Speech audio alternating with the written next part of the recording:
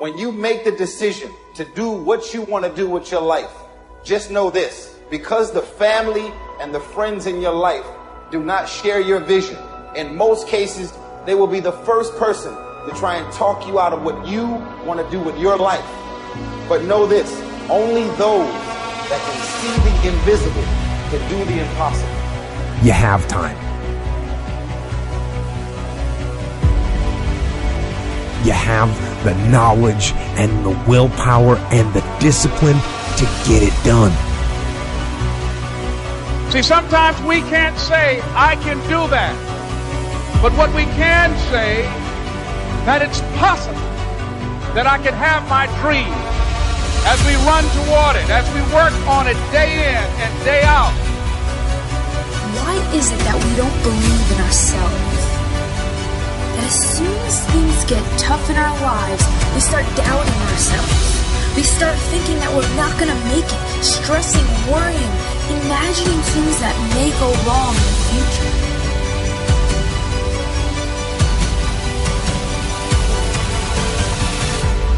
We need to understand the human mind is the most powerful tool we own, but it can also be the most destructive. And we need to learn how to take control of the direction of our mind and our emotions. How bad do you want it? You've got to prove it to yourself that you want it bad enough. It's got to hurt you not to get it. And that's when you're going to learn to conquer your mind. Your mind will no longer be able to say no, because your inner heart and mind are aligned, and now nothing can stop you. It was hard, ladies and gentlemen, and I was facing financial difficulties in my own life. I was behind on my bills and my dreams, and I'm saying to them, you can live your dream. It was hard, ladies and gentlemen. It was very difficult to pick myself up each day believing that I could do it. There were times that I doubted myself. I said, God, why is this happening to me? It was very hard. Here's what I want to say to you. For those of you that have experienced some hardships, don't give up on your dream. There's a fight right around the corner just waiting.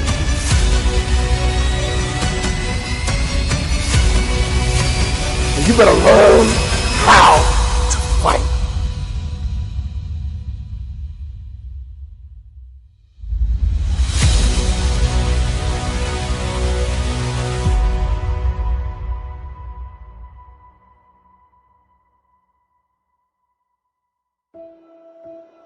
It's about what you're saying to yourself, but it also comes with work.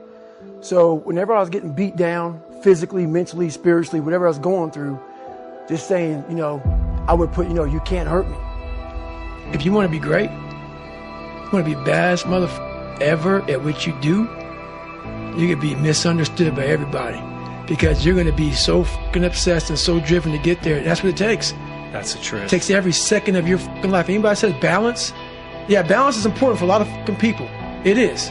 But if you want to fucking go to that edge where people do not like you, don't understand you, question everything you fucking do, you've arrived.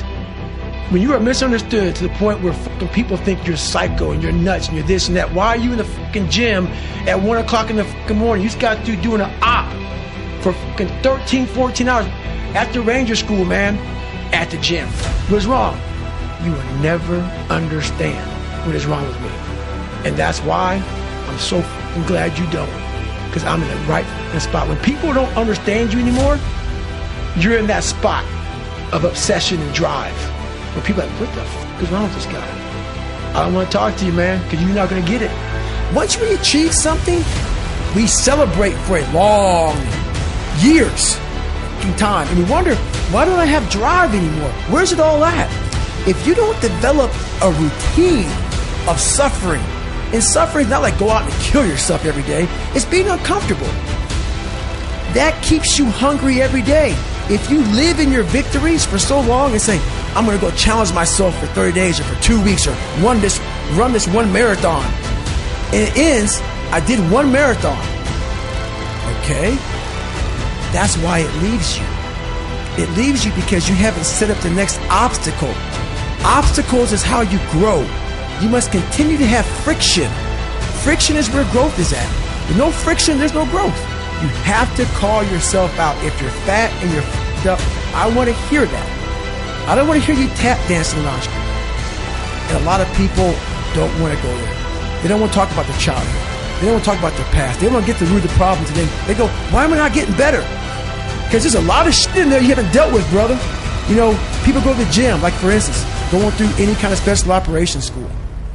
These people go to the gym, they get big, they get jacked, they can run fast, all that shit. But the only thing they're doing is they're coding over the mind. All you're doing is building a bigger, stronger quitter. Your mind hasn't gotten any stronger because you haven't gone back in there and dealt with shit. So the second adversity comes, you're like, my God, I'm so fucking fit. What's wrong? Your mind is still soft. You can't live very long without being injured, going through hurts and pains. Sometimes the wound heals up and there's no sign that it ever happened.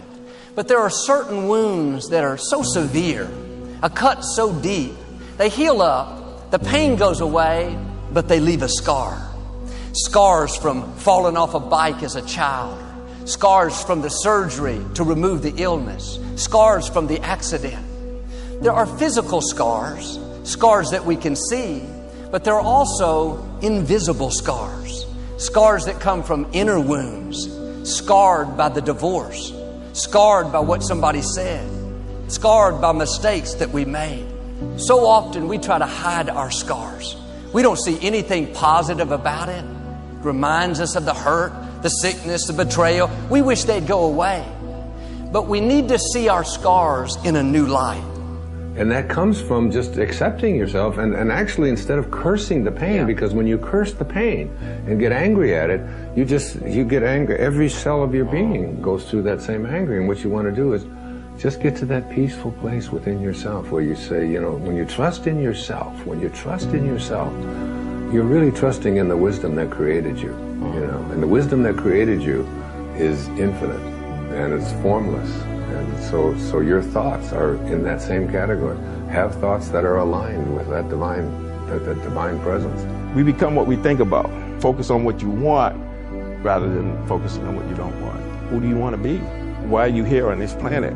You live according to the principles of love, compassion, appreciative joy, celebrating other people's successes, but how do you overcome hatred and confusion and just having a good heart? Then I think that's what happened to me. Then I start to get clear about what I like to do and how I can be of service. How can I help other people? That we were wired for success, but it's how we relate to our experience that determines whether we're chipping away or we're, you know, kind of burying that sense of wholeness that we're born with. It's just that we forget it. We don't look inside, we're looking outside. And so unless we're still and we think about it and we understand that I was born with this masterpiece, no one can give it to me or take it away. It's an inside job. And so if I look at what's right, it makes a lot of sense. So it's whether you're coming from a place of scarcity, or I would say survival mode, or coming from growth mode, which has to do with yes, I can, yes to life, and I have the capacity and the responsibility to make it different or to make it better. Having that faith, that vulnerability to just see things that are hard to see. You gotta get comfortable being uncomfortable. So can you handle the truth? It's a question, and if you can't, then if you see that, then you can say, well, if I'm gonna change, I'm gonna have to figure out how to deal with that discomfort until the point that I can see what I need to see, then I can change it. So it's the persistence of continuing to do something until you can do it is most of the work. Is just continuing to make mistakes, learn from mistakes, but the mistakes are viewed as feedback, not as I'm a failure. It's just an event, not who we are. So that error correction is really important. And when you can see it, when you attribute it to something you can learn or change, now you got faith and confidence to do it, versus if you're seeing it like, oh, I'm just not strong enough, I'm not tall enough and all of that.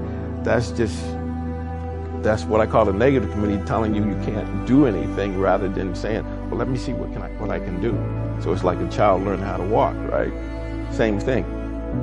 It doesn't matter how far you might rise. At some point, you are bound to stumble, because if you're constantly doing what we do, raising the bar, if you are constantly pushing yourself higher, higher, the law of averages, not to mention the myth of Icarus, predicts that you will at some point fall. And when you do, I want you to know this, remember this, there is no such thing as failure. Failure is just life trying to move us in another direction. Now, when you're down there in the hole, it looks like failure. So this past year, I had to spoon feed those words to myself. And when you're down in the hole, when that moment comes, it's really okay to feel bad for a little while. Give yourself time to mourn what you think you may have lost.